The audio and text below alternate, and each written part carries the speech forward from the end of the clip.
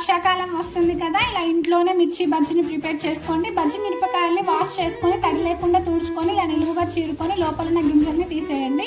ఇప్పుడు ఒక మిక్సింగ్ బౌల్లోకి ఒక కప్పు శనగపిండిని, 1/2 టీ స్పూన్ పసుపు, 1/2 టీ స్పూన్ కారం, రుచికి సరిపడా సాల్ట్, 1/2 టీ స్పూన్ జీలకర్ర పొడి, 1/2 టీ స్పూన్ ధనియాల పొడి, కొంచెం క్రష్ చేసిన వామ, కొంచెం ఆయిల్ వేసుకొని మిక్స్ చేసుకోండి. ఇలా మిక్స్ చేసుకున్నాక కొంచెం వాటర్ పోసుకొని దోశ బ్యాటర్ కన్నా థిక్గా కలుపుకొని ఒక గ్లాస్ లోకి పోసుకోండి.